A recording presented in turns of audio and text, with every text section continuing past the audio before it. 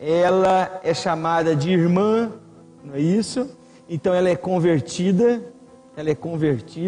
e a outra qualificação sobre Febe, ela serve a igreja. Então, se ela serve a igreja, o texto original aqui fala de diaconia, de trabalho. Provavelmente ela é uma diaconisa lá na cidade de Sancreia. E o apóstolo Paulo está pedindo para a comunidade romana receber essa irmã, porque ela é serva do Senhor, ela trabalha na obra de Deus, e ela vai fazer parte agora da membresia da comunidade em Roma. Ainda o apóstolo Paulo orienta a respeito de Febe. Ele diz o seguinte: para que a recebais no Senhor como convém os santos, com toda atenção, com todo carinho, com toda a ajuda. Febe vem de uma região distante, vem agora para Roma. Roma é um grande centro comercial. Provavelmente Febe não saberá andar nas ruas de Roma, muito shopping, muito magazine, aquele negócio todo de grande cidade. Então ela vai precisar do carinho da comunidade. Em outras palavras, como é que se recebe um santo? Com cuidado, com amor, com dedicação, com respeito. Ela vem, e nós não sabemos se ela vem acompanhada, mas pela orientação do apóstolo Paulo, provavelmente ela vem sozinha para a cidade de Roma. E ele pede então para que a igreja seja os braços de Febe, as pernas de Febe, o cuidado para com ela. Também o texto nos diz o seguinte: e ajudeis em qualquer coisa que de vós necessitar. Quero chamar a atenção de vocês que a confiabilidade da igreja de Roma, não é isso? Porque o apóstolo Paulo está distante, e ele tem no coração o seguinte: ele pode contar para a igreja de Roma.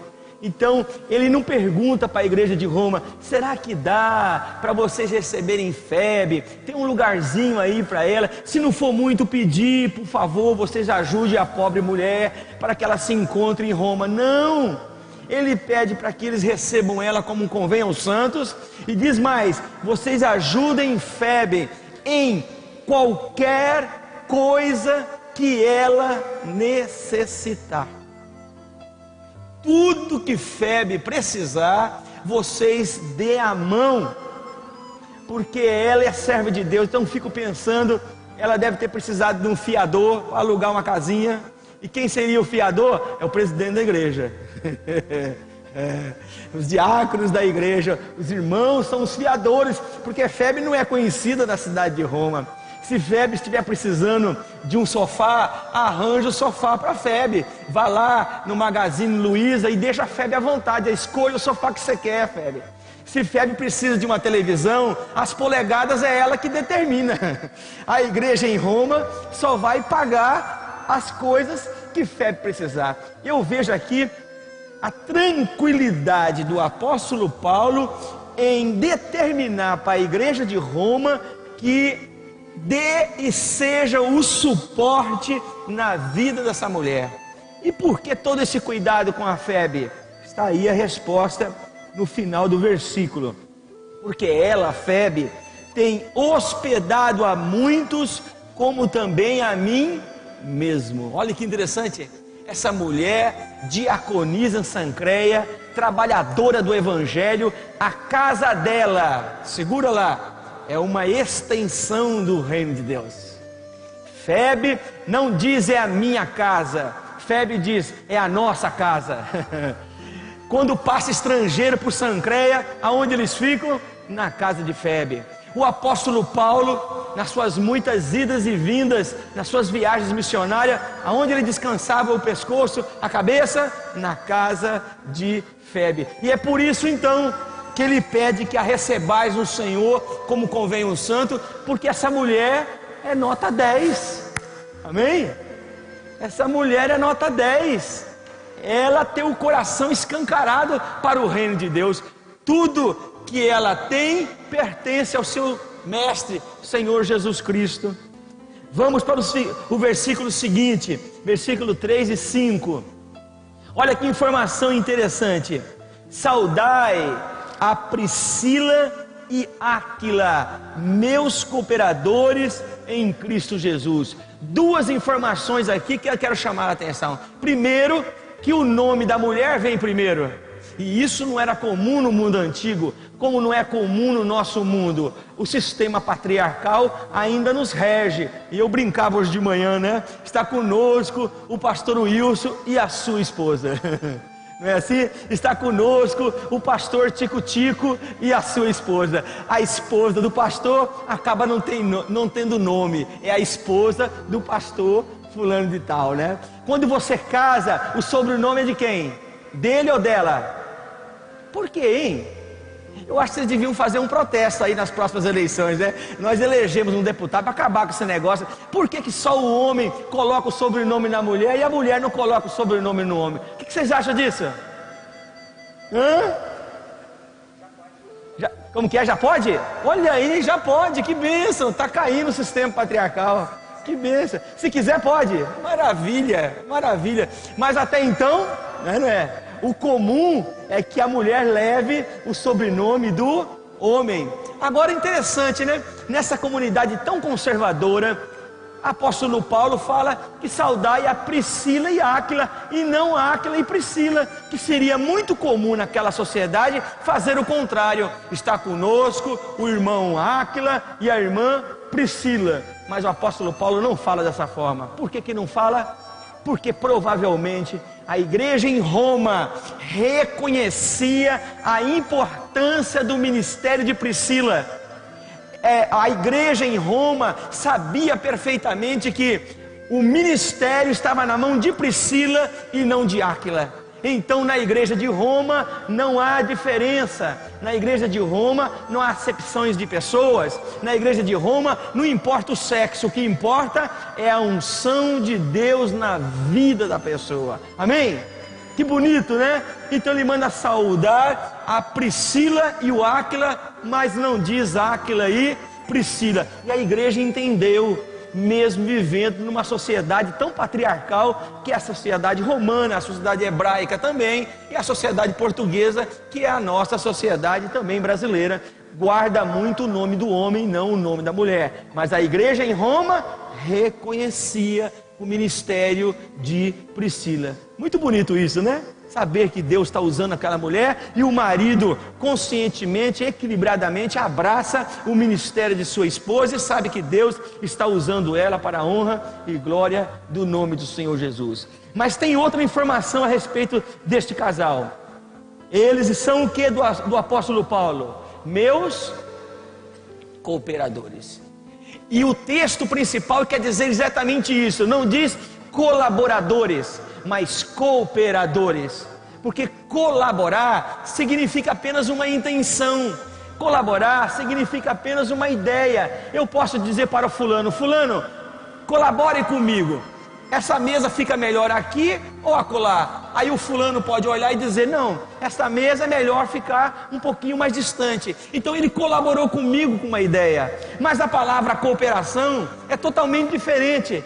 Ela é composta de um prefixo co, estar junto, e operar é a raiz da palavra. Então Áquila, Priscila e Áquila, eles de fato colocam a mão no arado. Vou convidar aqui 4 irmãos valorosos e fortes, por favor, vem aqui à frente. 4 irmãos valorosos e fortes.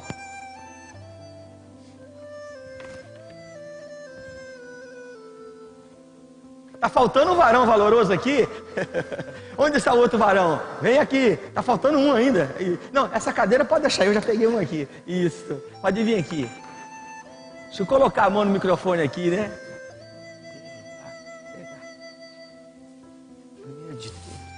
Desliga um pouquinho, vocês vão ouvir.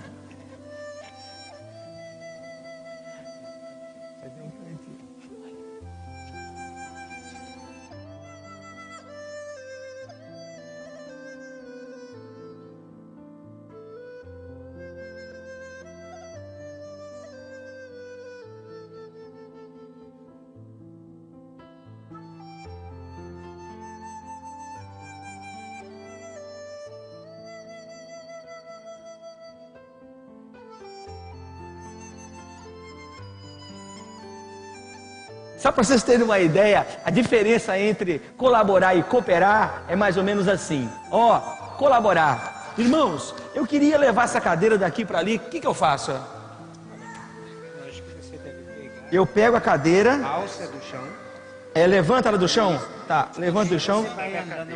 Anda um pouquinho. E eu pego aqui, seguro aqui. Com licença. Mais um passo. Mais um pouquinho. Ó, passo a passo. E agora? Vira a esquerda, a direita. E aí dá de ré. Você pode colocar ela No lugar. Isso, abaixa. Abaixa. Cuidado com as outras. Tá. Obrigado, irmãos. Muito obrigado. Foi uma grande colaboração. Foi uma grande colaboração de vocês. Foi muito bom, muito bom. Agora, eu vou pedir para eles cooperarem comigo. Eu pedi para eles colaborarem comigo, não foi? Agora eu vou pedir para eles cooperarem comigo. Só, irmãos, eu gostaria de ir levar comigo essa cadeira até lá. Como que eu faço? Vamos dar uma salva de palmas para eles. Tá bom, tá bom. Obrigado, meus irmãos. Obrigado.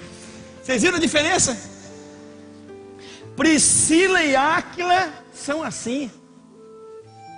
No lugar aonde eles chegam, Priscila e Áquila, eles levantam a cadeira. Eles levantam o banco. Eles colocam a mão no arado. Priscila e Áquila não são frequentadores de culto. Eles são obreiros que têm as mãos calejadas na obra. Imagine 15 Priscila e Áquila aqui nessa igreja, o fuzuê que ia fazer para a glória de Deus, amém? Bonito isso aí, não é? Que casal 10, hein? Mas o texto diz mais coisa a respeito deles, olha. Os quais, pela minha vida, expuseram as suas cabeças, olha, correram risco de morte por causa do ministério do apóstolo Paulo. É um casal que assessora o obreiro, assessora o missionário, dá força ao diácono, dá força ao pastor, dá força ao presbítero, ajuda o líder da mocidade, ajuda o líder da terceira idade, ajuda o líder das crianças. Esse casal coloca a própria vida para salvar a vida dos obreiros do Senhor. Que informação extraordinária. E tem mais a respeito deles, ó. E que não só eu lhes agradeço, mas também em todas as igrejas por onde eles passam, eles não dão lustro em banco nem em cadeira. Por onde Priscila e Áquila passam, eles deixam uma informação: passou aqui um servo do Senhor. Olha, aonde Priscila e Áquila colocam a mão, não é mais a mesma coisa. A igreja que eles são membros não é mais a mesma coisa. A obra que recebe Priscila e Áquila não é mais a mesma coisa, porque esse casal, aonde eles chegam, eles fazem a diferença no nome de Jesus. E diz mais a respeito de Priscila e Áquila: saudai também, junto comigo, saudai também a igreja. Meu Deus do céu. A casa de Priscila e Áquila não pertence a eles, pertence ao reino de Deus. Que bênção, irmãos. Fizeram da casa deles uma extensão do púlpito da comunidade deles. Fizeram da casa deles uma extensão do reino de Deus. Na casa de Priscila e Áquila, os demônios são expulsos. Na casa de Priscila e Áquila, Deus opera maravilha e cura as pessoas na casa de Priscila e Áquila. Na casa de Priscila e Áquila, o evangelho é pregado e as pessoas se convertem na casa de Priscila e Áquila. Olha para mim, qual foi a última vez que essa igreja aqui pisou na sua casa? E se não pisou ainda, na próxima chuva, quando o barro estiver na rua, convida a igreja para entrar marchando na sua casa. Amém? Para sujar aquele tapete de lama. Para você nunca mais esquecer que casa de servo de Deus é uma extensão do reino de Deus. O povo de Deus está presente na minha casa. Eu preciso receber o povo de Deus em casa. Nós não somos habitantes do planeta Terra. Nós somos peregrinos nesse mundo. Por que que você fica investindo em tantas coisas quando você pode investir no reino de Deus? Fica trocando a televisão quando não precisa trocar. Fica trocando o fogão quando não precisa trocar. Troca o tapete da sala quando não precisa trocar. E aí vai guardando como se fosse um tesouro. Ei, isso tudo vai ficar quando Jesus voltar. Sim ou não? Então, honre a casa que Deus te deu. Permita que o seu povo esteja lá presente com você, louvando e glorificando o nome do Senhor. Amém? Diga para o seu irmão: vai na minha casa. As irmãs não falaram, não vai com chuva não, não foi? Sem chuva. Olha, igreja, em nome de Jesus, é muito bonito vocês estarem aqui, devem estar aqui, mas melhor que isso é abrir a casa de vocês para o Evangelho do Senhor Jesus Cristo. Outra informação nesse texto maravilhosa está aqui no versículo 5. Saudai a Epeneto, meu amado, que é as primícias da Cássia em Cristo Jesus. Olha que interessante, ele diz que Epeneto, ele é meu amado, porque Epeneto tem cuidado para falar com as pessoas.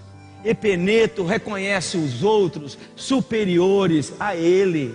Epeneto não permite que nenhuma palavra ruim, ofensiva, desgastante saia dos seus lábios. Epeneto é uma pessoa que ama o próximo, ele ajuda as pessoas no que precisam, ele é um servo da igreja em Roma, então ele é querido, ele é amado por todos. Por onde Epeneto passa, os jovens querem tocar nele, as crianças brincam com ele, sabe por quê? Porque Epeneto não tem cara de pitbull, não é?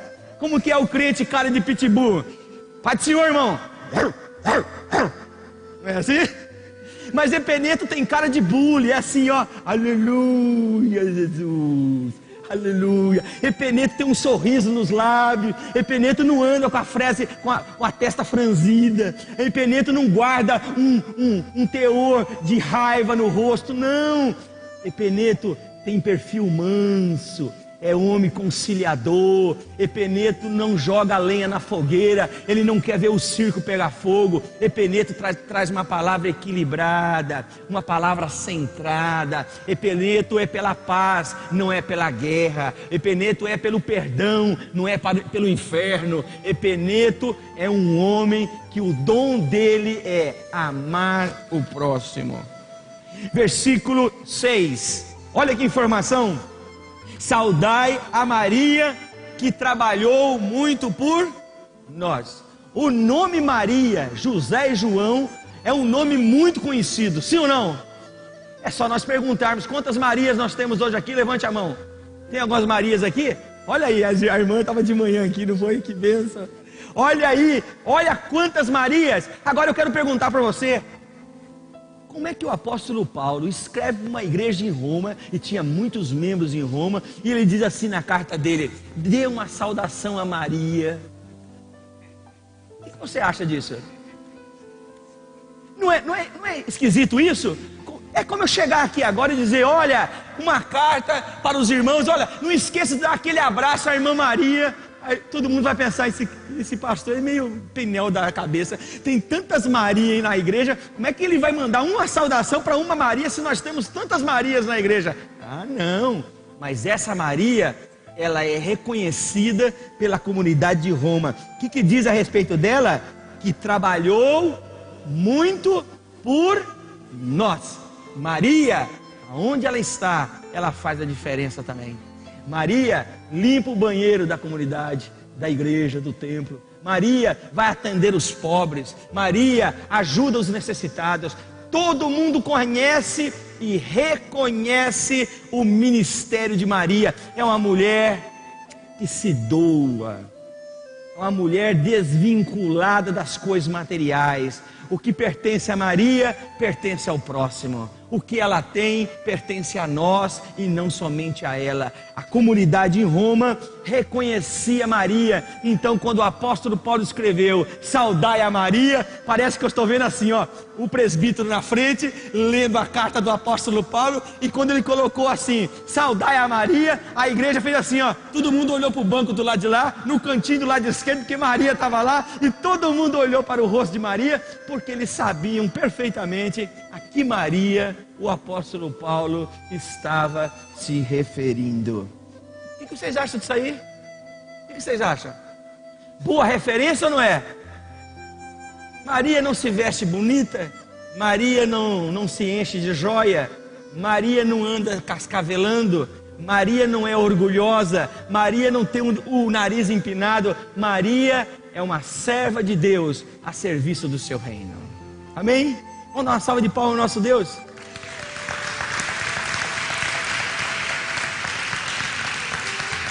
E eu tenho certeza que aqui nessa comunidade há muitas Marias, amém? Há muitas Marias. Olha, vamos continuar aí no versículo 7. Saudai a Andrônico e a Júnias, meus parentes e meus companheiros na prisão. Olhe a qualidade de servo de Deus na igreja de Roma. Se tem muita gente que trabalha, tem também muita gente corajosa, em primeiro lugar, e gente que não nega o nome de Jesus. O apóstolo Paulo vai preso, mas não vai sozinho. Quem é que vai com ele? Andrônica e Júnias. Eles participam das prisões do apóstolo Paulo. E esse reconhecimento deles é feito pelos apóstolos a respeito do ministério desse casal. Eles não têm medo da morte. Eles não acreditam que a vida cristã é só de lauréis. Este casal, ele reconhece que no momento que eles aceitaram a Jesus como Senhor e Salvador da vida deles, eles sabem que vão passar por agruras, por lutas e por dificuldades. Tão diferente nos dias de hoje, não é não, pastor? Você chega domingo como um dia de hoje, as pessoas saem de casa e dizem assim, eu vou buscar minha benção. Não é nem bênção, é benção. Desculpe, meu irmão, culto não é lugar de buscar bênção. Culto é lugar de buscar o Senhor Jesus.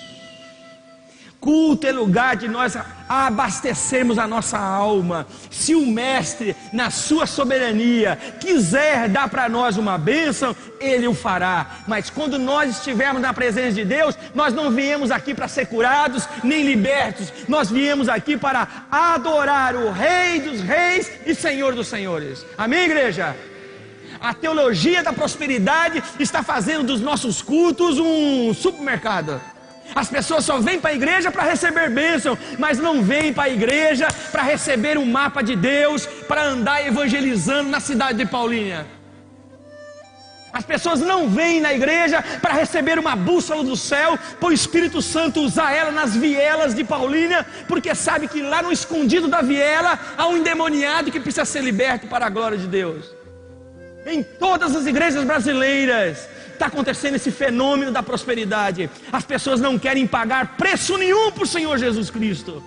Ele morreu na cruz do Calvário por nós, mas nós não queremos pagar preço nenhum pelo Evangelho. No entanto, este casal até para a prisão foram no nome do Senhor Jesus Cristo. Forte ou não é forte isso? Forte, porque se hoje esse casal estivesse aqui, muitas igrejas de prosperidade iam dizer, vocês não são de oração, não é? Vocês não consagraram a vida de vocês, por isso que vocês foram para a prisão. O difícil sabe o que é? É ir para a prisão e continuar dizendo, o nome do Senhor seja louvado na minha vida. O difícil é ir para a prisão e dizer, eu não vou negar o meu mestre, mesmo que eu morra. Esse casal tinha um compromisso com o reino de Deus. De fato, se converteram ao reino de Deus. Que coisa forte, irmãos, essa aqui. Que casal espetacular. Continuemos, versículo 10 e 11. Saudai a família de Aristóbulo, e saudai-os da família de Narciso. Versículo 11. Sabe quem são esses? Provavelmente políticos na sociedade de Roma. Quem sabe aí um deputado, um vereador lá na comunidade de Roma. São homens de conhecimento, são homens de capacidade. Contudo, eram homens simples e humildes. Provavelmente eram homens ricos, mas colocavam todo esse conhecimento e toda essa riqueza a serviço do reino de Deus. O texto bíblico não nos diz e nem não dá para nós essa intenção, mas nós podemos concluir que esses homens investiam no ministério do apóstolo Paulo. Claro, Paulo foi o pregador dos gentios, Paulo foi o missionário daquele século, mas muita gente estava por trás, dando suporte ao ministério do apóstolo Paulo. E essas duas pessoas, esses dois irmãos, provavelmente eram homens da sociedade que davam a ele todo o suporte necessário para realizar a obra.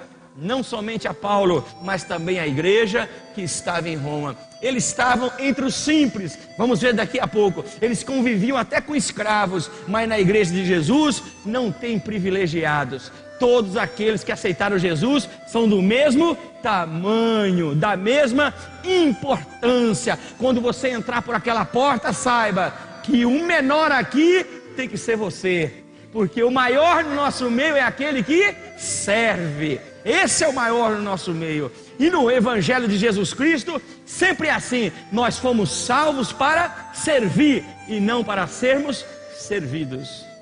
Agora, esse versículo aqui é interessante. Versículo 12. Saudai a Trifena e Trifosa. Que nome bonito, não é? Nós falamos hoje de manhã aqui. Se tinha alguma irmã grávida, eu pergunto a mesma coisa. Tem alguém grávido aqui, uma irmã grávida? Tem? Não tem não? Hã? Já colocou nome na garotinha aí, irmã? Qual é o nome dela? Como é? Ana Sofia? Olha, vai no cartório amanhã e colocar ela Trifena. O que você acha botar Trifena? Qual é o seu sobrenome? Lima? Olha que bonito, Trifena Lima. Lindo. Mas veja, o nome é feio, não é? Mas são duas anciãs, Trifena e Trifosa, provavelmente com mais de 80 anos de idade. Agora, vocês estão percebendo que o nome dela, olha o significado do nome dela: delicada e deliciosa. O significado do nome Trifena e Trifosa é delicada e deliciosa. O que cheira isso para vocês? O significado do nome, o que vem à mente quando você fala deliciosa e delicada? Não dá ideia de coisas sensuais?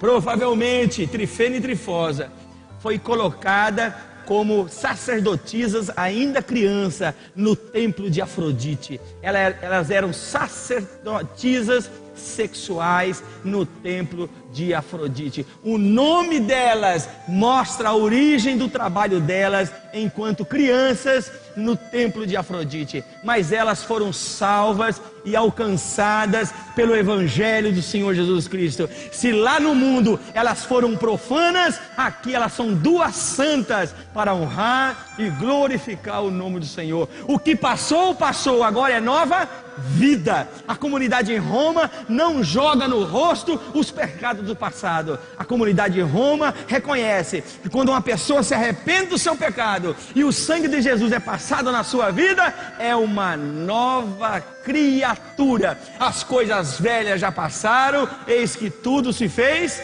novo. Amém? Gostaram do nome?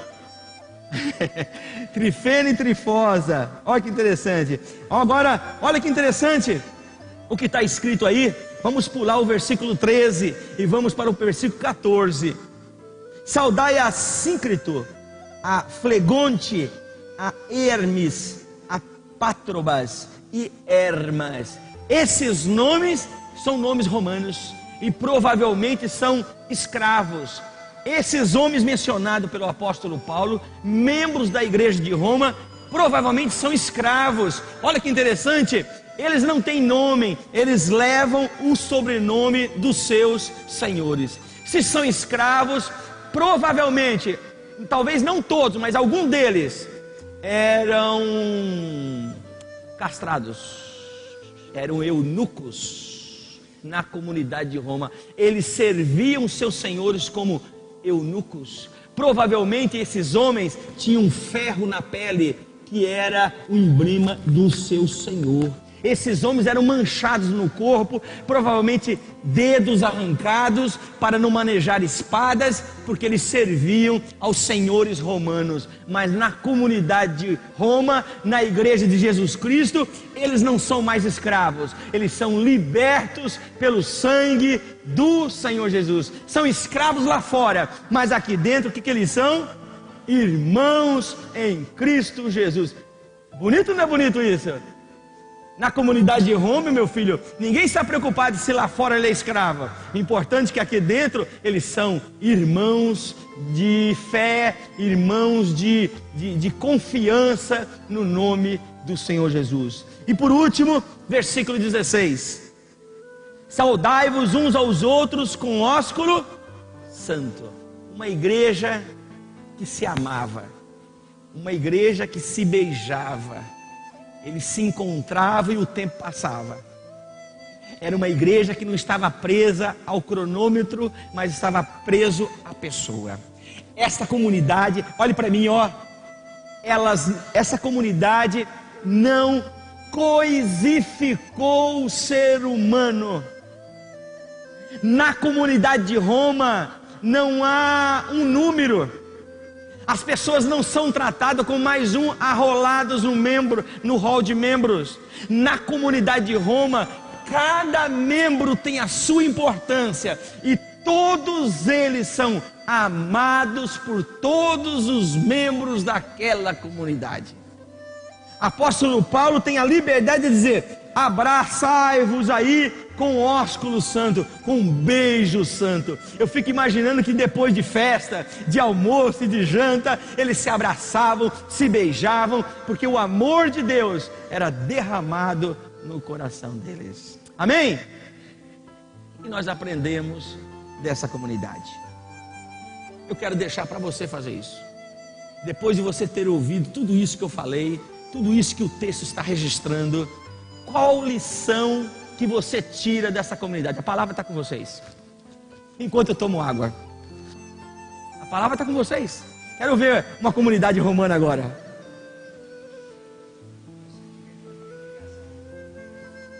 Diga de novo. Era uma comunidade que se dedicava para o outro. Não é isso que você quer dizer? Que amava o outro. Bonito isso. O que mais? Que lição nós tiramos dessa comunidade? Me ajude. A importância de todos, independente do que fazia, independente do que tinha, independente do seu histórico de vida, todos eram de igual importância. Então, a lição principal aqui é o seguinte: era uma comunidade que exalava, granjeava, guardava a amabilidade. Isso é uma grande lição para nós. As pessoas não vêm aqui para me ouvir pregar. Venham. As pessoas não vêm aqui para ouvir você cantar. Você sabe disso. Quando as pessoas entram por aquela porta, elas estão atrás de um ombro amigo. Igreja de Deus não é a igreja que canta. Igreja de Deus não é a igreja que prega, é a igreja que ama. Se o amor não for o diferencial da nossa vida, o que cantamos e o que pregamos é pura vaidade evangélica. Se eu não gostar do ser humano, se eu não gostar de mentiroso, se eu não gostar de endemoniado, se eu não gostar de adúltero, se eu não gostar de prostituto, se eu não gostar de briguento, se eu não gostar de carnal, eu estou fora do reino de Deus. O ser humano é a matéria-prima da igreja. Deus amou o mundo de tal maneira que Ele deu o seu único filho para morrer pelas pessoas. Então a igreja de Jesus Cristo não é uma igreja presa em cadeira, não é uma igreja presa em templo, não é uma igreja presa em horário, não é uma igreja presa em sistema de culto, em ordem de culto. É uma igreja voltada para amar o ser humano, como nosso mestre fez.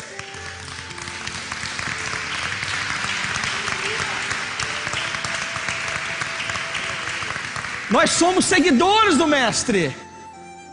Quem é que vale mais aqui? O ser humano.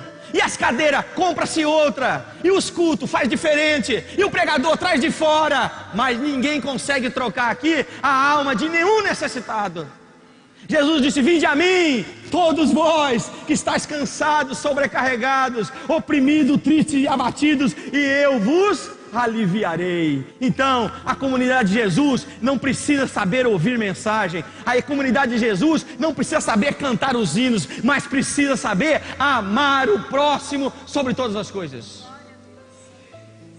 porque o próximo faz parte do projeto de Deus. Ame o próximo como a si mesmo, disse o Senhor Jesus Cristo. Se tirarmos o amor do nosso meio, por que nós estamos aqui ainda? Que valor tem nós estarmos aqui se nós não amamos o ser humano? Não amamos aqueles que são os nossos inimigos, daqueles que falam mal de nós. Eu aprendi muito com meu filho. Ele fez um casamento agora, se casou e casou lá no sítio. Disse: pai, dá para o senhor fazer meu casamento? Eu disse: dá para fazer o casamento. E que dia que você vai casar? Aí ele colocou lá, 16 de fevereiro. Eu falei: você está brincando? Repete de novo: 16 de fevereiro, pai. Eu falei: não, meu filho, de jeito nenhum. Porque em fevereiro é o mês que mais chove na região do oeste do Paraná. Aí sabe qual foi a resposta do meu filho? Pai, eu quero marcar o meu casamento no dia da chuva. E isso foi no meio do pasto. O casamento foi no meio do pasto, junto com as cabras. Foi uma graça o casamento dele, né? E ele disse: pai, eu e Gisele, que é a esposa dele, nós queremos que chova mesmo no nosso casamento, porque aí nós vamos ver quem de fato são os nossos amigos e quem de fato nos ama. O que vocês acharam da resposta deles? Sabe o que aconteceu? Deu 4 horas da tarde, o toró comendo. Todo mundo debaixo de árvore, debaixo de guarda-chuva. Quando deu 5 horas, ele olhou para mim e disse assim: ó, começa, pai. E os pingos, chovendo, tá aí eu lá. Coloquei um plástico na Bíblia assim para não molhar. E eles entraram os dois. Queridos, não é porque foi o casamento do meu filho não, viu? Tinha pouca gente por causa da chuva. Com certeza. Mas foi o melhor casamento que eu fiz e que eu já participei na minha vida. Que foi uma festa no meio da chuva, e as palavras do meu filho ecoaram nos meus ouvidos: pai, nós queremos chuva para saber quem de fato quer e ama nós. O que vocês acham disso? Estar com essa igreja quando tudo vai bem é fácil, meu filho. O duro é quando começa a chover. Não aquela chuva maravilhosa, né? Mas a chuva da luta, da dificuldade. Mas é nesta hora que a gente sabe quem de fato nos ama e quem de fato nos abandona.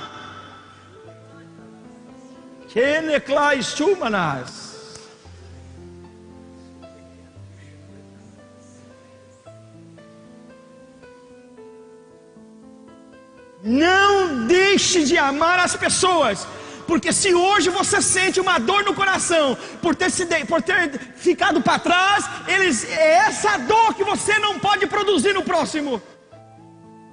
Nós não fomos colocados nesse mundo para não deixar ninguém para trás, não. Nós fomos colocados nesse mundo para amar as pessoas.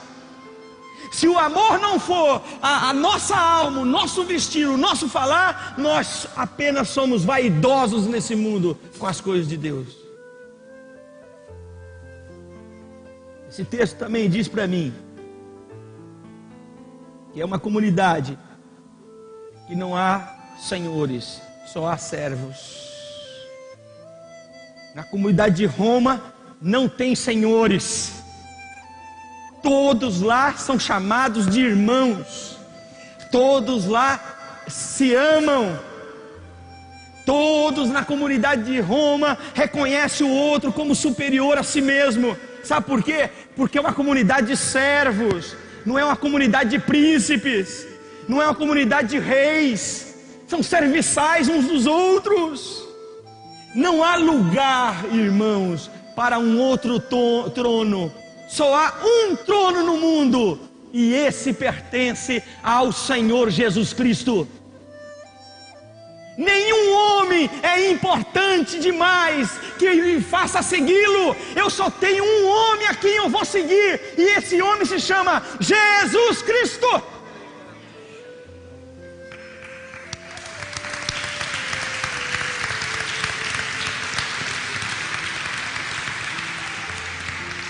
Se o homem me faz cair, se o homem me faz desviar, eu preciso rever os meus conceitos cristãos. Por quê? Porque ainda que o homem seja infiel a mim, o meu Jesus será fiel comigo até a morte.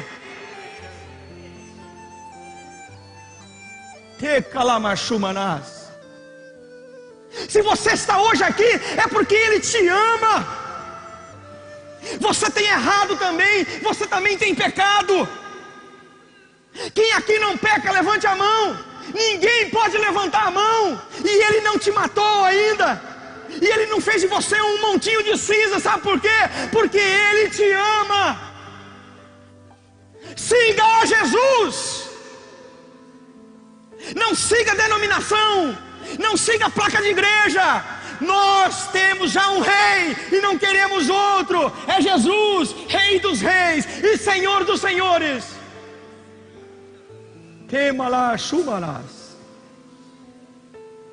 Jesus não permite um outro reino.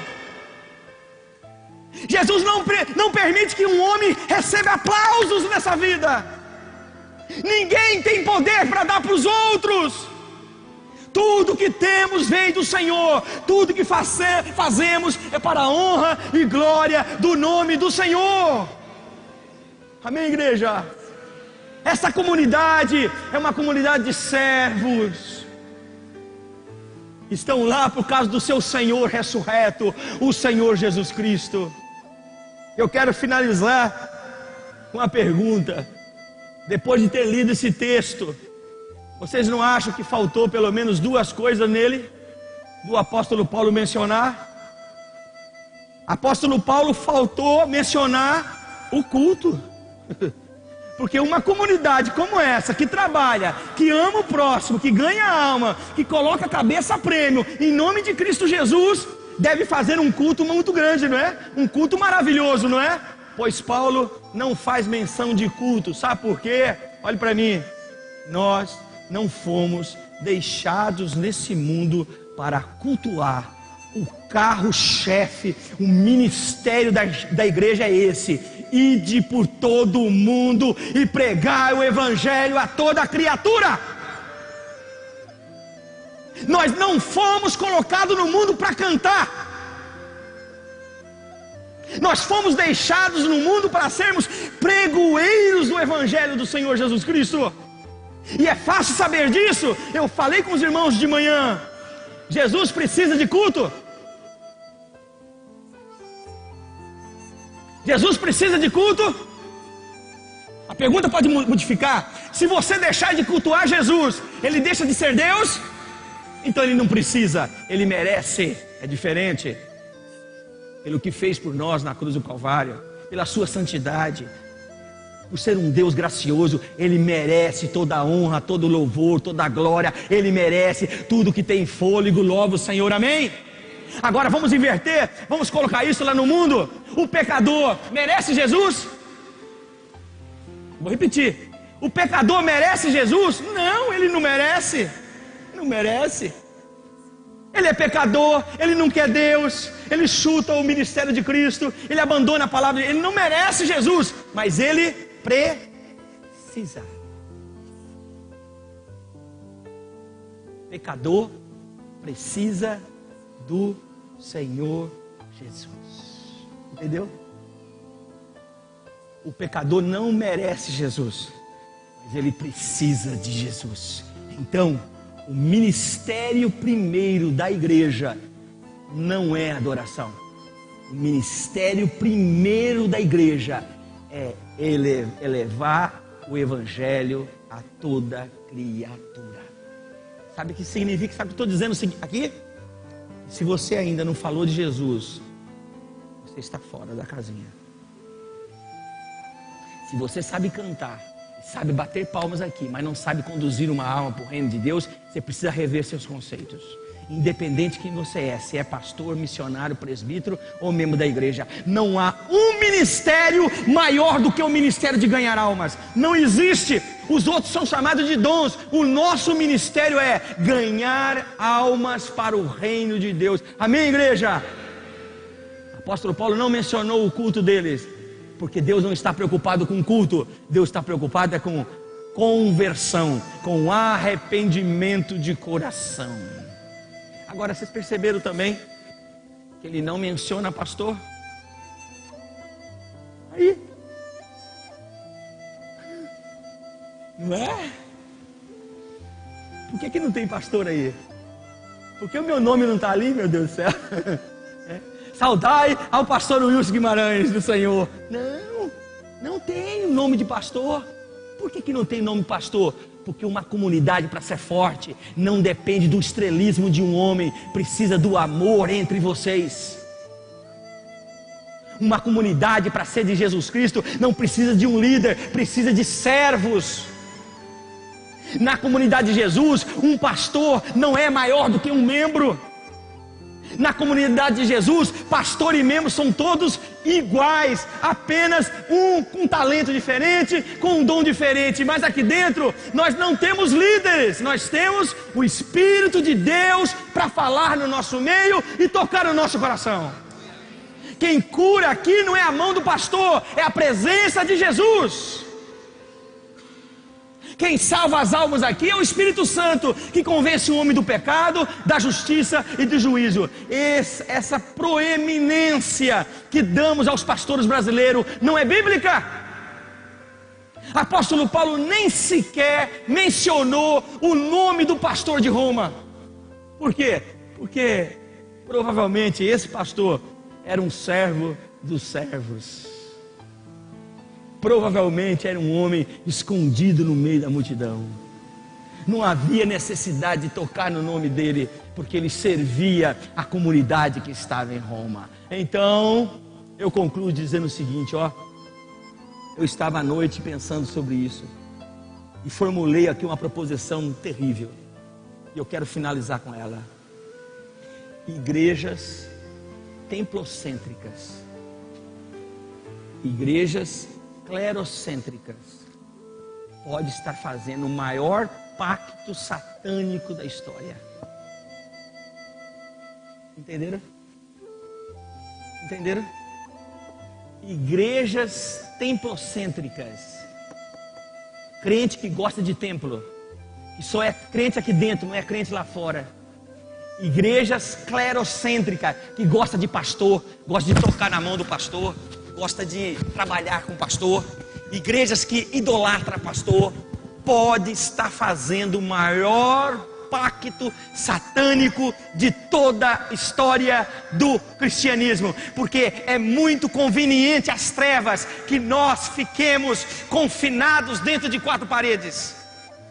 É muito conveniente para as trevas nós ficarmos dependentes de homens para nos curar, para nos libertar. É muito conveniente para as trevas que o povo de Deus fique preso dentro de quatro paredes. Mas em nome de Jesus, em nome do Pai, do Filho e do Espírito Santo, aqui quem reina é o Senhor Jesus Cristo.